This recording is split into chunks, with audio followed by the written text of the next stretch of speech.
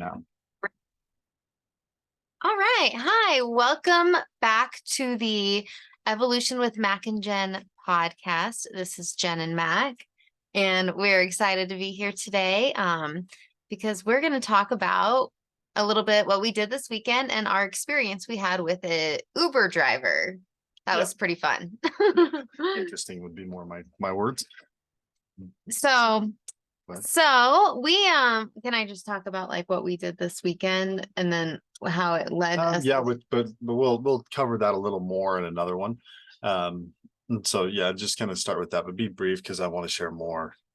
I don't want to spend all the time on that because this is going to be a pretty extensive covering of what we witnessed. So okay, so basically Mac and I went to New York this last weekend. And I'm not sure when this episode is going to air. I think next week, maybe. So possible. Anyways, we went to New York and we got invited to this really awesome party. And we decided we rented a car, but we decided to Uber back and forth so we didn't have to worry about like parking and stuff. And so anyways, Matt got us an Uber and we got in the car with this gentleman. Should we say his name or no? No, we won't say his name. It's just like he's a good guy, but we'll just leave it as the Uber guy. Yeah, so we just wanted to talk about a little bit about our experience in the car with the Uber driver, which was totally fine, but here you talk now. Well, so we get in the car and often when I'm in a different environment or doing something different, it's an opportunity for me to figure out who someone is. And they're with you, they can't really get away from you. So I'll start a conversation and usually kind of try to find out who they are, find out something fascinating, try to find something I like about them, or just whatever, or maybe help them, serve them. You just never know. But I get very curious, and so I ask a lot of questions. And so I was just like, hey, how's it going? Made a few small talk comments. Then I asked him some direct questions, like, what do you do? What's this? Do you, kids, family? Like I'm literally showing genuine interest in like, who are you? And so that's kind of where the conversation started. Now, as this conversation went, it kind of went to a more negative place. This guy is he's an amazing guy, working his ass off, not getting enough sleep. And I think that contributed to some of the negative stuff that came out of his mouth. And while this was happening, there's certain things that Jen was feeling during this. And so I'm going to kick it back to you to kind of let you describe like your perspective and what you were dealing with in that, because like my ability to handle negativity is very like, it's easy for me. I grew up in it, so I had to build those mechanisms and defenses and everything else. And I'm a guy. It's like easy for us. Whereas Jen, it's a much different perception, different things, and she has to have her own defenses and different processes. So we're just going to kind of use this as an example, whether it could be you speaking, it could be one of us speaking, it could be a situation that you're in, proper boundaries. It really covers a lot of different areas. But I think starting out with honoring the feelings that you feel when you're in the presence of this type of behavior.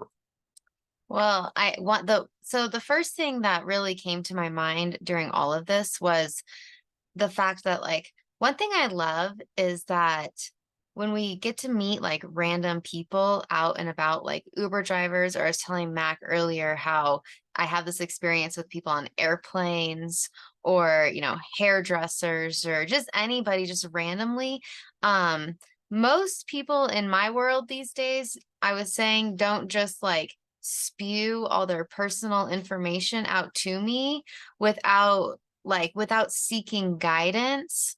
Whereas this Uber driver and like people you meet on airplanes and just out and about, like they tend to just tell you everything, which is really, really interesting. But this guy in the Uber, when he was sharing his life with us, what I was feeling was just this at first I was remembering that, wow, like this is how most people feel every day. And with not being so much in my world these days, because most of the people in our circle these days are very positive and uplifting and like looking for solutions all the time. So to sit in somebody's like negative energy in a car ride, it is kind of foreign to me because number one, I don't Uber that often, or I don't get around people anymore that are like that. So I forget that this is what it's like. And this is that's who I was before I, kind of woke up to the idea that life doesn't have to be like this. And so for me, sitting in the energy with the gentleman driving us, it was like this feeling of like I felt bad for him. And I was a little like I was kind of annoyed by the words he was saying.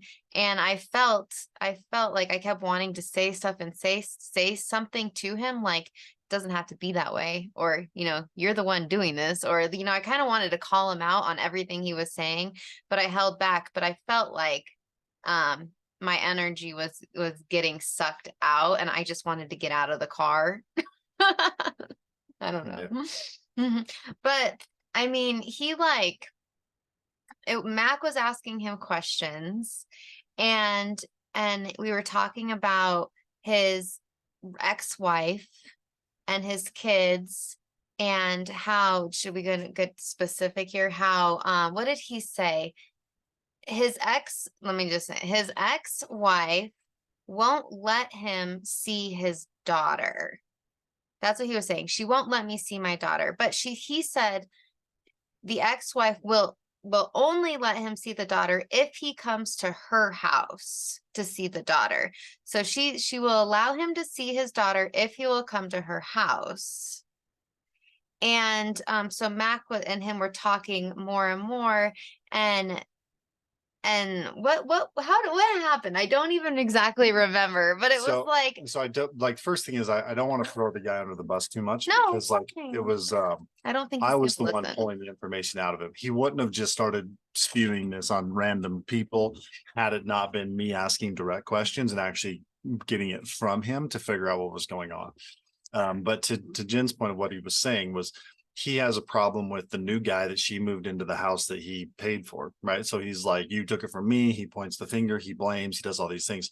And he's got too much ego tied up in it to put the daughter first and put himself second, or whatever, which is like somewhat understandable. However, at the same time, it's like, what, like if you say you want this, but then you do this, like it doesn't really add up. You want to see your daughter, but you're not willing to work with it. Like, yes, you can still take your ex to court to be able to get the custody thing figured out, because it doesn't sound like this is how it's supposed to be. I think she's doing something of her own means, and so now he's going to court and he's like, no, I don't want to show up there and then want to fight this guy or whatever. And keep in mind, this guy said he was getting like 3 hours of sleep, working 3 jobs, trying to pay for everything. So he's killing himself essentially. And so when you get in those states, you become very negative. And then the hanging on to, she took a $800,000 house from me. She took my kids from me. She did this. She did this. It's all point the finger at somebody else instead of at yourself. And for me, it's like, well, yeah, I could say the same thing. I could say my ex did X, Y, Z, whatever. Or I can look at it and say, no, I just was too weak before to stand where I was now. And when I moved and became a better person, it destroyed everything. Was that bad? No, it wasn't. I just chose to let it go, to say, you know what, you're going to fight me on this, here, just take it, just have it, be done. Because as soon as it's done and I remove all the blame or anything else, then I take steps forward, not fight for 2 or 3 years going backwards, destroying my own energy that was already being destroyed because of decisions I had made. And even though I could say, yes, she did this, she did that, whatever, it's like if you're saying someone else did something to you, why did you let them? Because it was your choice to stay there the whole time. So if I were to say, my wife took the $500,000 I invested in company and just trashed it into the ground, just destroyed everything, tried to destroy my reputation, tried to get my kids away from me, did all this crazy shit. Like I could say that, right? Or I could say, there were certain things along the way where I chose to stay when I didn't feel comfortable with some of the things there, but it was my choice to stay there. And once I quit being a bitch, which meant I quit lying about some shit and I exposed more things, I just took more control, then it all of a sudden began to break down the relationship. It was like, it was me that changed, not anything else. Like, yes, there were things that had to happen. Yes, there may be other things that she has to do and whatever. Fine. It is what it is. But ultimately, if I find myself in a point of pointing the finger at somebody else, now I have given them all the power and the control. So this is what he said. He said, um, my ex-wife will only let me see my daughter if I go over there and like they supervise him seeing the daughter. So the ex-wife will allow him to see the daughter, but only if he goes over there. He said, well, if I go over there, I'm going to I'm going to fight her new boyfriend and I'm going to want to do this. And, so I'm just not going over there. And, and he didn't know what he was going to do. I don't know what to do. I don't know what to do. And then that's when Mac was like, well, eventually the truth will come out. You'll tell the truth. The daughter will see, things will start to come out. And the driver said, well, I will tell the daughter the truth. And he said that her mom wouldn't let me see her. Which is a lie. And when he said that, I was like, wait a minute, that is a lie. That's not the truth. She will let you see her, but she just, has set some boundaries and some terms, like what that looks like. Which are probably bullshit. Whatever. He's still lying because like if he really wanted to, he could go see his daughter. But in his mind, he's made the decision that if he goes to see her, it's more, he hasn't made it about the daughter. He made it about him saying, well, if I go see her, I'm going to fight the new boyfriend and it's going to be ugly. Like he has already decided that that's what it's going to look like. Therefore, he's not going to see his daughter. And, he has created that whole story, which is why his reality with his daughter looks the way that it does. He's not seeing her because he's created the story that my ex-wife's a bitch and I'm going to fight the boyfriend and they did this to me and therefore I'm not going to go see my daughter because, I can't put my ego to the side and go there for her, and that's like that. I did not like that because it was just hard for me to hear him all wrapped up in these stories. Because for me, always say that the energy of your relationships is the energy you bring to them. And you can just see that the energy and the stories that was going on in his head is why his relationships with his ex-wife and her new boyfriend and his daughter look the way it does, is because he hasn't made a choice, and everything is a choice. And he has not made the choice to say, I'm going to choose to accept responsibility for what has happened here. Stop blaming my wife. I'm going to go over there and I'm going to choose to look at my ex-wife as one of my daughter's greatest sources of love. And so for that reason, I'm going to respect her and her new man, and I'm going to go love on my daughter. Like that could be one choice. Or the other choice is, well, I'm just going to sit here and be the victim and blame and call her a bitch and call her a narcissist and call her all these names and not go see my daughter, because if I were to go over there, he's made it not about the daughter. He's made it about him and his, wanting to fight back and beat up the new boyfriend or whatever. And it just seems so silly to me. And I was just like, I wanted to tell him right then and there, no, like Max said, tell the truth, and your truth is not the truth. It's a lie. But in his eyes, like that's his perspective and what he saw as truth. And that is the reality and what he is living now. And he's not happy. Yeah, I think there's another level to the truth in this as well. And that is just owning where you're at. And one of the things about going through this type of thing, like you can't always negate the feelings that you feel, and if you have feelings towards somebody else that are like contempt or whatever, it's not like you can just wash them away all the time. You know, like if you feel what you feel, you should feel what you feel so that you can work through it, get what you need to learn from it, and move on. So one of the truths that might be said here is there's going to come a day when I'm going to tell my daughter, I didn't see you because this is why. I could not show up and not be an asshole. As much as I wanted to see you, that's where I was. I just like, I knew if I showed up, I would have been triggered. I probably would have lost my shit. And I thought, this isn't going to serve you, me, or anyone else. I need to just stay away and just deal with the legal system to where I can figure this out. Now, that would be a form of the truth. I like that. And sometimes that's what you have to do. You just expose the truth to the kids instead of being like, oh, but as soon as you point the finger at somebody else and say it's their fault, now you're the bitch. Now you're the weak one. And if you've noticed, when you're around somebody else that's bitching like this and you get enrolled in it, how do you feel? Like shit, just like they do, because internally it's bullshit as well. And so Jen's over here listening to this, wanting to say something. Mainly, I think a little bit because I was giving him good advice and he was twisting it, and she's like, "Well, don't you fucking twist his word." You know, like there's some different things happening there, but the reality was it just wasn't the right time. Well, at that point we were basically approaching our destination, and so at that point I was like, you know, hey man, everything works out for a reason. Do what you can to let go, and God bless you. And that was pretty much the end of it. So there's this thing that people do where they hang on to this stuff and then they try and do, and everybody does it. I do it. Everybody does it to some extent. Now, Jen is very loving when it comes to these things of like just understanding that her ex brings love to her son, right?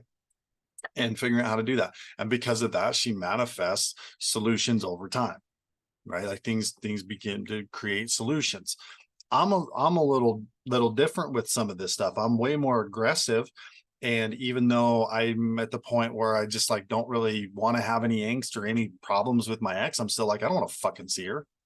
Like, and if that meant like if I have to see her with my kids and have conversations right now, I'd probably be like, no, I don't have to. I'll just tell my kids, no, I don't want to be around her. I don't want her energy mixed with mine, period.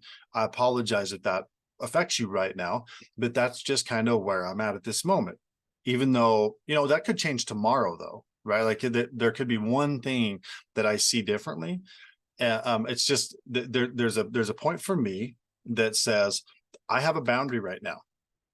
I completely disapprove of the behavior that I see, and I will not associate with it, and I will not show up in a way that says it's okay for you to show up like this. I'm just absolute with it. I'm just like, no, it is not okay. And I will say something. If you say some bullshit, I will fucking attack you. Right. Like if I hear lies coming out of your mouth, I will say something. Now, is that a win-win? No, it's not. Not when my kids are around. It's just not a win-win. So if I have to own it as me being aggressive, whatever, to my kids, I will. To everybody else, you can fuck off. So it's just a thing of my kids become the priority. However, I also know who I am, what I am in the moment, and I just keep working on that as we go. And there's like multiple things going on in the conversation. One is her energy of when you get in the influence of other people, or begin to suck energy from her. That's a boundary that each and every one of you have to set. Like, who are you associating with? There's another thing that says, how do you deal with these conversations or steer them? That's something I'm very good at. Being able to steer these conversations of like sometimes knowing when to just keep my mouth shut and just be like, okay, there's nothing I can do in this period of time to really benefit this other guy other than to just let him say what he needs to say, give him some love, appreciate who he is, and just to really, like, this guy has a very cool energy to me. So I don't want to, I want to make it clear that this is a guy that outside of his bitching and moaning, I could be friends with. Like, he's a cool, I think he's an amazing guy. I think he's just overworked, needs to eliminate some of the work in his life so he can focus more on a few things to get more clarity and do a lot of healing. Because once he heals, he's going to manifest those bigger solutions that start to show up bigger and bigger. But you can't manifest those solutions if you're not letting go of this blame and animosity and those things. And so speaking to that a little bit, like what I did was exactly that. I did it very quickly, and there's a lot of men I know going through a lot of challenges like this that are like kind of just like how the hell did you do it? Or they almost want to say, well, you don't understand my situation. I'm like, I don't like, okay, if you want to keep telling yourself that, that's a fucking lie. Because the reality is like there's nobody, this guy working that hard, that's how hard I was working when I was building this business, right? But she did a bunch of crazy stuff. Yeah, okay. But what I did was I went to my heart, and I thought, how does this feel? How does it feel to try and fight her on something that I helped build? That yes, she was there too, but I helped, like, fighting her. I just felt darkness, and I was like, I don't want that in me. Period. So like, just no. I was like, and I just would feel, what if I just gave it away? And I just felt at peace. So that's what I did. I was like, I'm just going to let it go. I'm just going to get away from it and then just separate myself from this darkness that I feel and just be at peace. Even though, yeah, when all of a sudden the bills are coming and like, my business was destroyed and my money was destroyed and all these different things. And it's like, what am I going to do? I like instantly want to blame, go after, do these different things. I'm like, you can't. And so there's these like double voices in my mind that are telling me you can't. You know as well as anybody that if you go there, you're fucked. So don't. Just go to work. And so in those times when I'm fighting myself internally, I would just move my body and work and just do anything to be like, I just got to produce something and just keep moving from this day to the next day to the next day. Which brings us to like what we were doing there. Like how did we like, so about a year ago, right, was when I separated, just a little over that, from my ex. And then within 6 weeks, I meet Jen. We start dating, going back and forth, and then it turns into this beautiful thing. And it just keeps going. And then we manifest these opportunities. We've hit, what was it, four beaches, four different beaches since February, right? That we've been on together, of just travel, like doing different things, events, traveling. And it's like, this is the coolest thing ever, because like, I don't know that I definitely haven't done this intentionally like this before. We're having a blast. It's so easy. Traveling with her is just so like, it's amazing. I've never, ever traveled with anybody where everything was just like normal, like such a peace. Like we just work together so beautifully. It's amazing. And it's like, why is this? And then all of a sudden we get invited to a very private celebrity event that is just absolutely wonderful and amazing, with all these amazing people, these, people that are creating good things, and a lot of them that really want to do good in the world. And it's like, how does this happen? Well, because they understand these similar things, and they see the value of somebody that can just let go and just be like, no, I know the direction I'm going to go on, and nobody can take me off that. And all the stuff that you accumulate in the world today isn't going with you. It's not. So you want to complain about a business, a house, a money, or anything else? It's not going with you. It can all be recreated. It's just stuff. Let it go. And the faster you let it go, the more abundance comes to you. Right. So it's like, how do you get abundance? Having more than enough. Well, but she took this, she took that. So what are you speaking into reality? Someone took it from me. Okay, well, what's the law of attraction say? Then more is going to get taken from you, or at least your perception is more is going to get taken from you, and you will continue to create the scenarios where more gets taken from you, instead of seeing where you're at right now, assessing it, and being like, I have abundance here, let me find it. I think it's interesting how, like, the more that you let go, the more you get. Because it's abundant thinking. Right. Right. But it's interesting how but it's scary to let go, because when we're all in like this survival mode, this fear-based mentality, the victim, we want to hold on to everything. We want to hold on to our stories. We want to hold on to our clutter. We want to hold on to our mindset. We want to hold on to everything. And when we hold on, we stay stuck. And so yeah, it's scarcity, but in order to have more come to you, you have to start shedding and letting go. And shedding and letting go is like kind of a hard part, because it's scary, because we've been, holding on for so long. But it's like the minute you decide, like, I'm gonna start shedding, I'm gonna start letting go, I'm gonna start figuring this stuff out, that's like the moment your life starts to change, because you just keep letting go, and it's like a freedom that you feel, to get more and to get more. And so that's why, the Uber driver gentleman, like, he's very stuck in his stories. He's holding on to so much anger and holding on to so many stories and all the stuff. And he's stuck. Like, I didn't say anything that I wanted to say really to him, because it wasn't the right time, it wasn't the right place, and he wasn't open to hearing any of it. So I think that Mac and I were, brought to him to just share a little light, perhaps.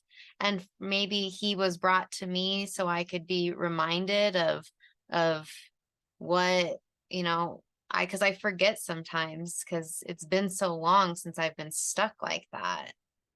I forget that people still feel that way and are still so much stuck in their stories. And that's why, like, it's different, when we have clients and people we work with, is because even though we all have stories and we all have a lot of shedding to let go, even sometimes I still catch myself in a story.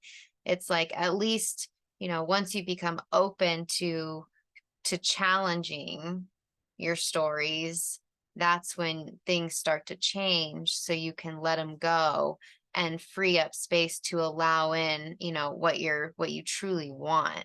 Because that guy was complaining about a lot of stuff, complaining about the jobs, complaining about his ex-wife, complaining about so much stuff. um but he just He just needs a break, he but he just has to give it to himself.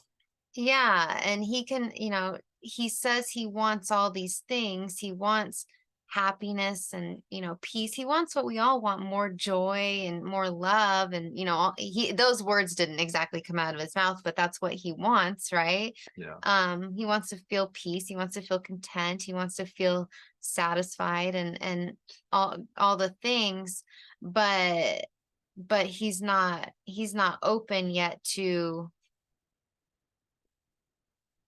learning what it Yeah. takes to. And sometimes that the pain, right, is what eventually humbles you to submit to being humble, right? Like, one of the things that we teach is, you're kind of like your willingness to be teachable or change or whatever. And if you're hanging on to something, it prevents the room or the space needed to learn. And so if you're hanging on to the past or these different things, however, if you just humble yourself to be like, I don't know what is this, like, I don't know why it happened, blah blah. I mean, you can just simply just kind of give it to God, or however you want to say it, the universe. I would say God. um and just let it be shown to you, because when you're trying to manifest something, when you're in this space of like hard work and like hanging on to things or blaming, you're just not going to get that manifesting ability. Whereas if you're just like, I'm pretty good at a lot of different things, but I've like, the more I learn, the dumber I know I am, or the less I know, right? Because there's like, you could learn everything there is about biology, and then start discovering quantum physics and realize just how insignificant biology is to the whole spectrum of science when you add quantum physics, They right? So say they say there's what and like, if you take a pie chart and a little small sliver here is what you know, then there's like what you don't know, and then there's what you don't know you don't yeah, know. what you don't know, you don't know. There's what you think you don't know, but then there's like this whole other thing. But the more knowledge you gain, the more you realize how much you just haven't experienced. Like, it's so vast and massive. It's kind of exciting that you have so much to learn, and that's what keeps you learning. And that's why a master isn't a master. A master is just the best student, because they realize how little they know and they continue to push into that and learn more and more. I thought that I knew a lot until I met you. And then it was like, oh, there's so much more out there. Yeah, and I try to just keep reminding myself that sometimes because of the how I grew up, with just kind of like repressive type stuff, a lot of people pointing fingers, a lot of the small town, I don't even know how to describe it exactly, like people that are like this guy, right? Insignificant, blame somebody else or try to hold you back or try to, like I was literally attacked quite often. You could even call it bullied to some extent, of trying to do something, people being like, why would you do that, that's stupid, or type attitude. And so I have to constantly watch this program behavior of like battling against that nature. But the more I get around the more successful people, like these multi millionaires, if not billionaires, they don't care. They, like, you can tell them any story, they love it, they enjoy it, they're more personable, they support you instead of try to tear you down. And you have to kind of, that's one of the things of letting go of all these stories and everything else. These people aren't there to take you out. However, it is so important that you have your boundaries, because if you don't have your boundaries, you will manifest more people that have done those things to you. But when you realize that everything is working to your advantage, it begins to change and you begin to manifest these people that are for you. And part of this process is actually speaking into reality things like, everything is working for me. When you say that and you begin to believe it, you understand that these things that I went through before weren't there to tear me down. They were there to train me, to say, here, I'm going to teach you a skill. One is called being defiant, and the other is called assessing, not assuming, right? Where you can assess something without the assumption that somebody's trying to do something to you or there's no feelings around it, or even you can have the feelings around this and see the opportunity in all of that as well. So even though someone might say something like, why would you do that? Okay, for like, I am one of the people that would do this. I would look at somebody and say, why would you do that? And they would take it personal, like I was attacking them. Like I'm questioning their ability to do something. And it's like, no, I'm curious. That didn't make sense to me. Why are you doing that? It has no relevance to like whether it was right or wrong. I'm just curious, like, what was your pathway to get to there? And that's it. Just give me the facts. But they're like, well, why can't you just support me? Wait a minute, is this a discussion about support? Like, I'm just trying to, I'm now interested and curious. Like, do you not want me to be interested and curious in who you are and what you're doing and everything else? Like, or maybe I have something to help you. And if I understand why you're doing it, I can give you, I might have exactly what you're looking for and give it to you. But if you're triggered and offended, now what? Now you're mad at me. And you're like, okay, I guess you can just run me out of the conversation, and all the tools and everything else I have to give to you. But And when you're triggered and offended, then you are not open to hearing anything. So it's really not worth the energy trying no, to change anybody's perspective or opinion or anything like that. Like, I mean, what I wanted to tell the Uber driver was, when he said, I'm going to go fight, I'm going to fight with the or the new boyfriend, I was going to say, well, what if you didn't? you know, what if you just went over there and like, you know, didn't fight him, just try to change his perspective a little bit. But like when somebody is not open, I think the best thing, at least that what I do is just try to set a good example, which is what Mac was doing in the car, just being an example of like what's possible if you just choose different. But and to just love on them unconditionally, no matter where they're at, without trying to, we weren't going to coach him or totally change everything for him in the car, but just giving him a little bit of like inspiration of like, bro, it doesn't have to be like this. Like Mac was like, I get it. yeah. And look at me now, basically showing him, like opening his eyes to, what is possible. Look, this is like what you don't know. Mac was showing him. Just a brief, and just really just trying to pour some positive energy, just kind of let it permeate him a little bit. So ultimately with everything we're covering here, there's one subject here that is about your boundaries, your inward and outward boundaries, like how to keep people out of your life, but also like your boundaries of what's allowed inside, right? Like what's blocked and what's in, and how you hold them in place. Like I said, conversations like these, I can hold them pretty well. They don't affect me. Somebody can say anything and I can just like not care. Whereas other people, it can be different. So it depends on your personality with that. So boundaries is a major topic here. The second topic is letting go. Why would you hang on to something that's causing you pain? It's like grabbing a cactus and saying that's mine. Like, why did you do that? Well, because it's mine, but it's causing you pain. Yeah, but it's mine. Can you get another cactus? Well, probably. So let it go. Like lick your wounds. Like let it go and lick your wounds and go. Just get yourself a new cactus. I mean, that's essentially kind of what happens. But when something becomes painful, why hang on to it?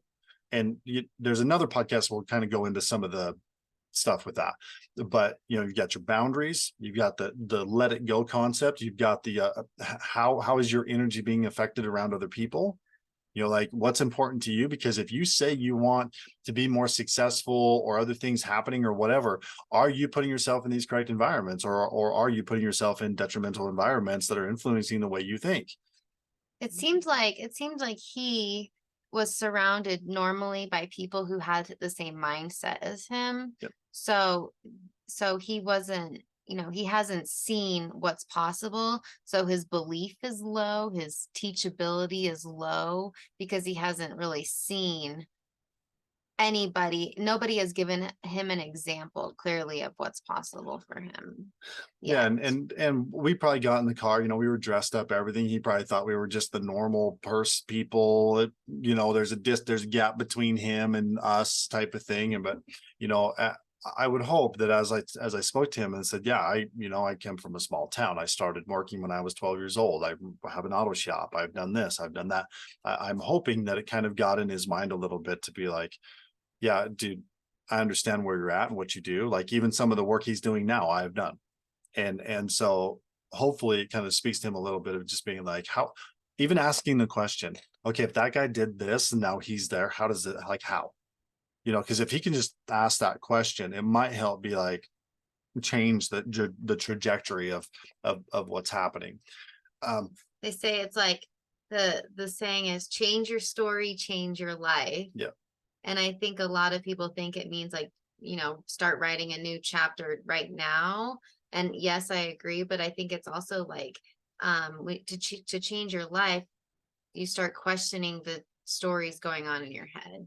That guy can completely switch his life around, which is what we did when we started challenging the thoughts going on in our head. And I think that's really like where a lot of it starts, is just challenging the stories.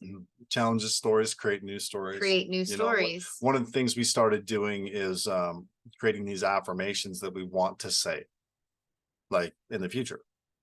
And so if there's something I want to be able to say to her that I don't feel like necessarily would be true today, and maybe some they kind of are, but it's like I want to take something that says like I love waking up in our island property listening to the ocean with you. Right, I can say that. That's not true right now, but it's an affirmation as if, right? Like it's this thing where, because what I'm doing is I'm telling my mind where I want it to go instead of allowing it to go into maybe what I don't have or think I should have. It's this abundant switch of whatever, and then looking at everything I have or any challenges and be like, well, I could just let it all go. Well, I couldn't let go of my house or my car or anything else. And I'm like, well, I could. You want to take my car, take my house, take all my possessions. You would actually be taking a lot of weight off my shoulders, and my life would get really easy, because the reality is most people can live on, I know people that can live on under $2,000 a month. And so if I look at that position, it's like, well, that's not the lifestyle I want. But the reality is, how easy it is for me to make a couple grand a month. I mean, it's so easy, it's not even funny.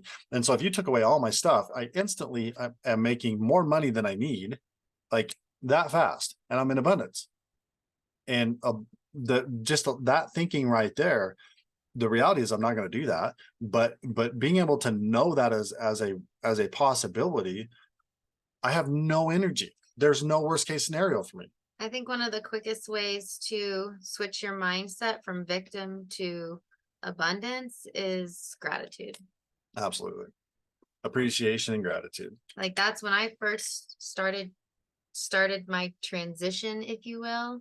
It was a gratitude journal every morning. I was literally training my mind to look for the good. But how are you grateful when your wife just took an $800,000 house from you?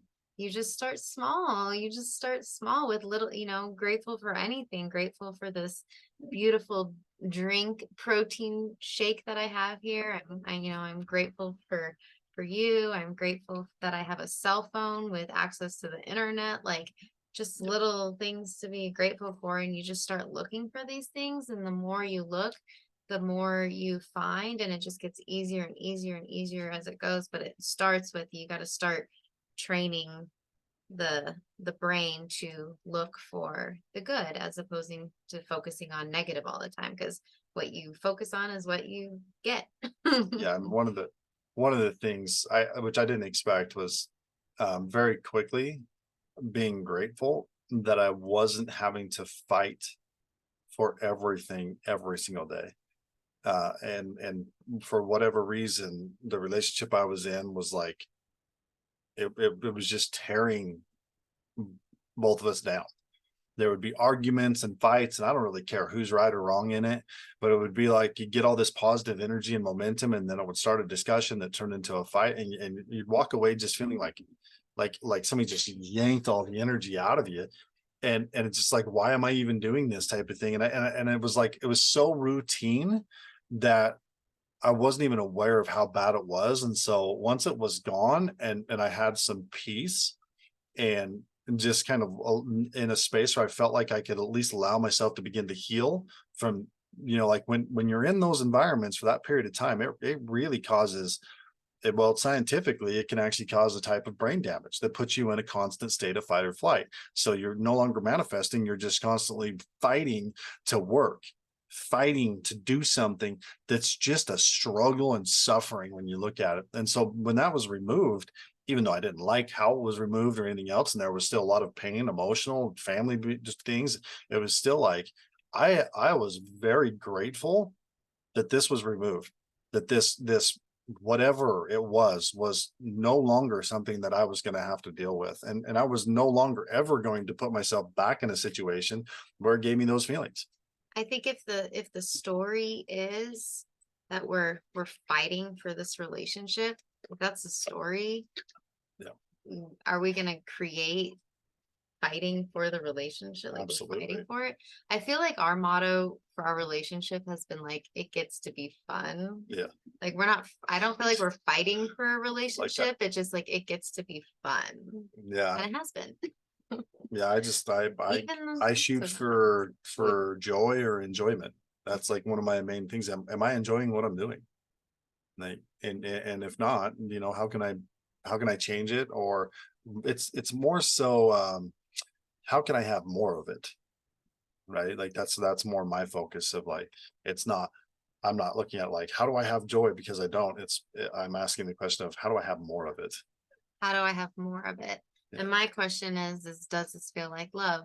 Yeah. So when I'm speaking to you or listening to you, or I have a response to you, or I'm not gonna call you names or yell at you, because like my question is constantly, does this feel like love? Does it feel like I'm giving love? Does it feel like I'm receiving love? Am I loving myself? Like that's my question. So that's kind of my focus is loving Yeah. me, loving you, loving the Uber driver, and just Yeah. And I mean, I just, and it's not like there's not times that I get triggered, but I'm calm enough that I can question what's going on in my head, were my stories correct, or was my head over here, or what was I dealing with? Or there's these different things where I stop and investigate, reveal the truth. And it's like, it's so easy. And we're having a blast. Like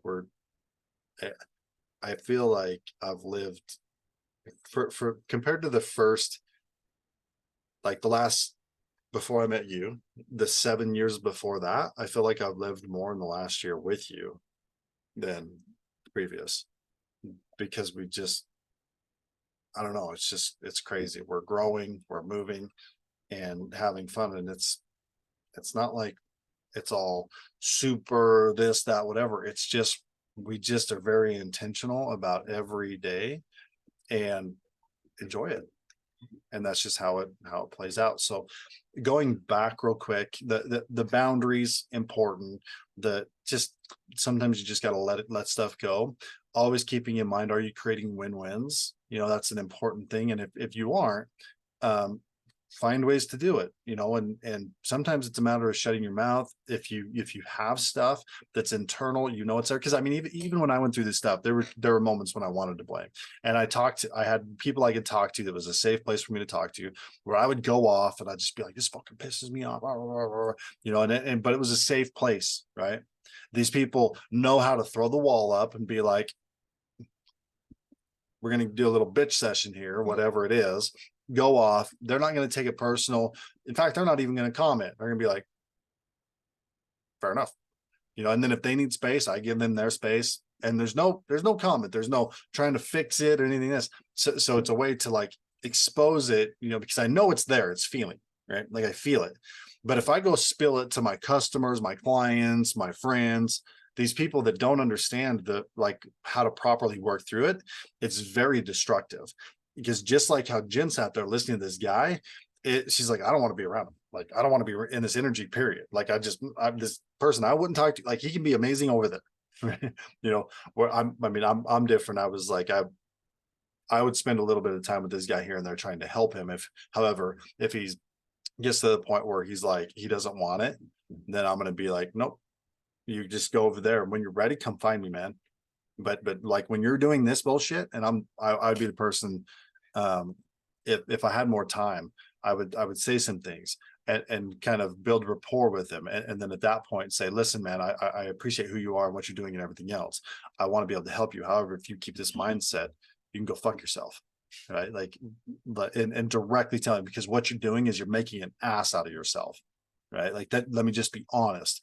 When you have this energy and good people come around you, they don't want to be around you because you're so fucking negative. So stop. But if you need to be negative, bring it to me. Like, I'll let you be negative under the pretenses that you're trying to get better.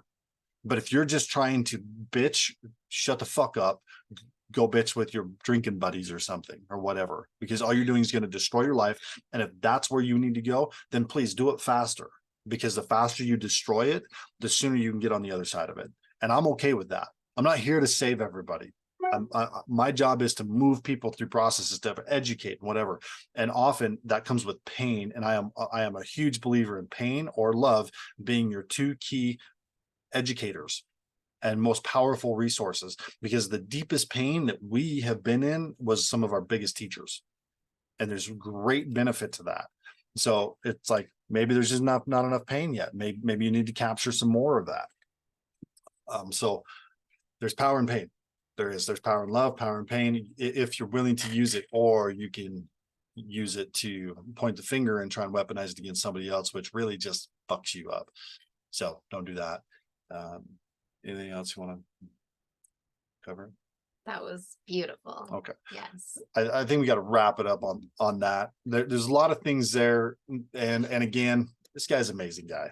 He really is. And I hope that it triggers a thought that leads him down a path to benefit him and his kids, or to, like I said, destruction. I don't give a shit, which it is, but I just pray for him. Like I do think he sounds like a freaking cool dude, and he just in a hard spot, no sleep, like 3 hours a night, working 3 jobs, has kids.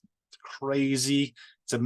It's actually impressive what the physical body can do under such non-quality of life, but protect your heart, protect your mind. They work together, and build that up so that you can really do that. And so watch your influences, tell your mind where you want it to go and remove it from the places that it shouldn't be. So we'll leave you with that. Love you guys, and we will see you next week.